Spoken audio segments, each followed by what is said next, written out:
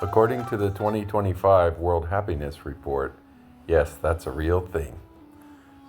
Countries around the world are ranked according to how happy their people are. The Scandinavian countries rank the highest, but that doesn't mean you want to go there for your vacation. We have different wants, needs, and motivations. The happiness report was based on life evaluations, social support, freedoms, GDP per capita, and other well-being indicators. But we've been traveling for quite a while now. I thought it's time that it might be nice to have some sort of formula, a travel happy index, or just a travel index. So I'm going to consider some of the factors that might add to that or help accomplish that. Yes, it is a travel index, but the factors, well, everyone measures them subjectively, even if they're looking at quantifying stuff. Travel Savvy Index, we'll call it that.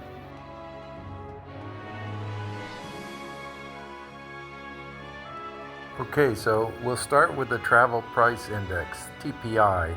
It measures the cost of travel away from home in the United States. It's put out by the U.S. Travel Association. No comment and no judgment, just exploring information. There is a monthly index on changes.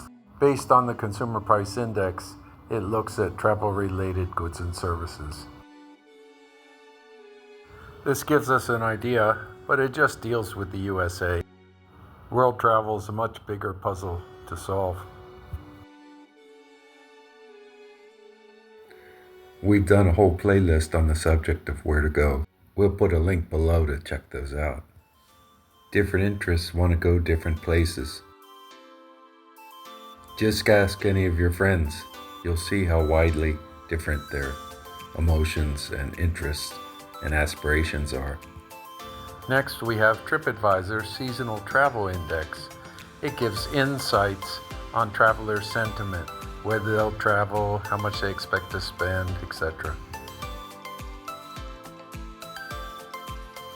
According to Skift, the leading news source for travel executives, this list of data partners is studied, rather scrutinized.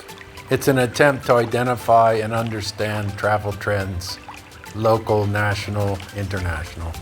That's a lot of number crunching in an attempt to come up with a travel index dealing with prices and trends, people's willingness to travel, that sort of thing. But we're looking more at the experience of happy travel.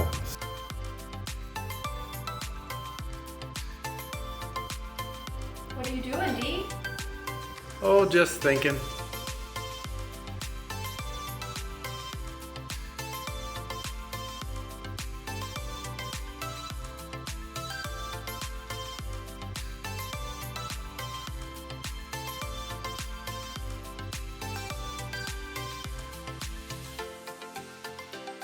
Okay, we're back. Yeah, that was a phone call from the dentist, rescheduling my appointment.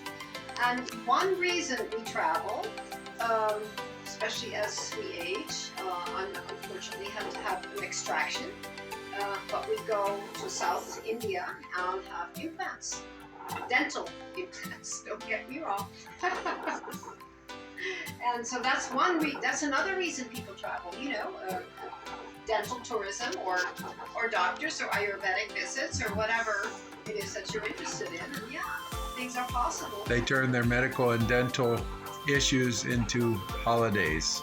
Absolutely. And deal with the issues and keep it affordable and get a trip. Much more affordable. I mean, the trip plus everything else, plus your issues taken care of for a lot less than you would pay in the United States, especially here. We're in Hawaii. Things are expensive. So that's one way to deal with stuff. Cup's ready. Okay, I'm gonna grab a cup and we'll come back. Yeah. Part 3. This is called Limera, outside of Finike, Turkey. It's the end of August 2020, and Olga's having fun. The water's very cool. There's ruins of a city all around. Goes back to 700 BC. This was probably one of the features why they picked this spot.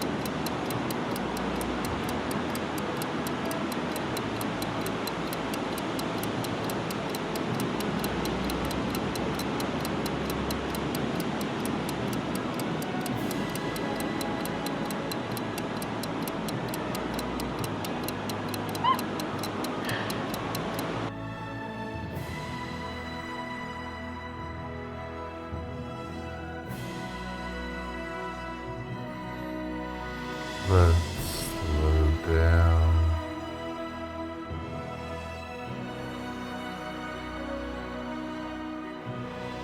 We do enjoy a coffee now and then.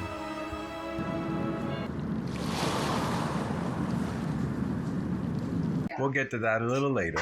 Well, first of all, of course, this is just in between. What do you call those things? Parentheses. The destination chooses you. But nobody believes that, so we'll just move on from there. The karma is where it is, and that's where you're going to have to go, like it or not. But we have to play a role. And how do we choose our destination? Well, you actually start looking at flights. We're budget travelers. Yes, of course. Well, everybody has a budget. You didn't see the preliminary to this where I said I'm going to try not to steer the witness. So, okay.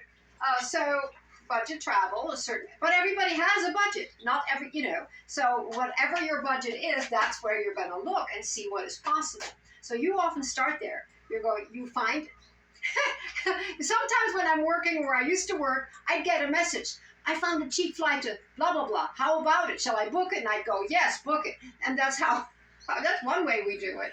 Before we started this video, Olga says, I'll do the video, but I want coffee first. So that's an example. You have to figure out what it is that you want. And then do that.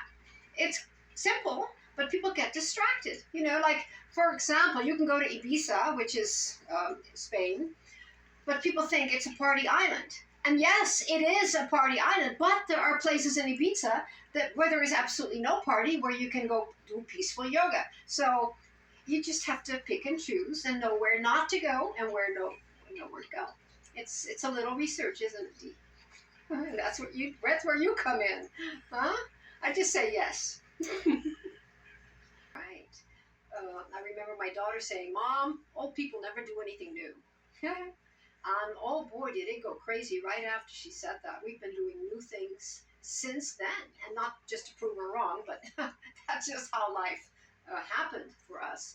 But it is also true that we do repeat things. So we also make an attempt to do something new. Say, how about this? And then we have to look at all the different aspects. Money is one of them. Availability, can you get there cheaply, but also can you leave it cheaply? Sometimes you can get in a place really well, but the flights out, or there are no boats out, or whatever. You have to look at both sides, and where does it connect? So you have to look at it a little bit. We were stuck in Turkey one time, and we needed to get to Spain, and Olga said, "We'll just take a bus," but the bus was 3 buses, and it was like $600.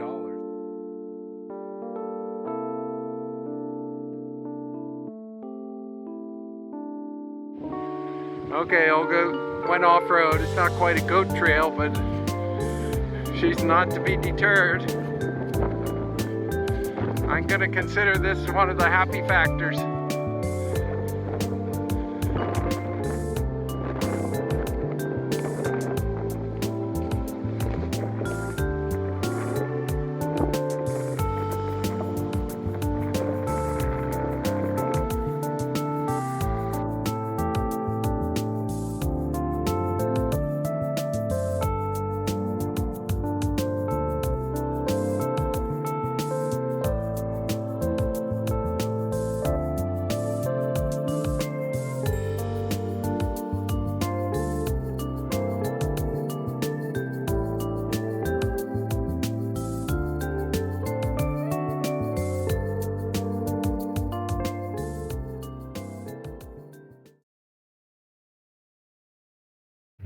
See you next time.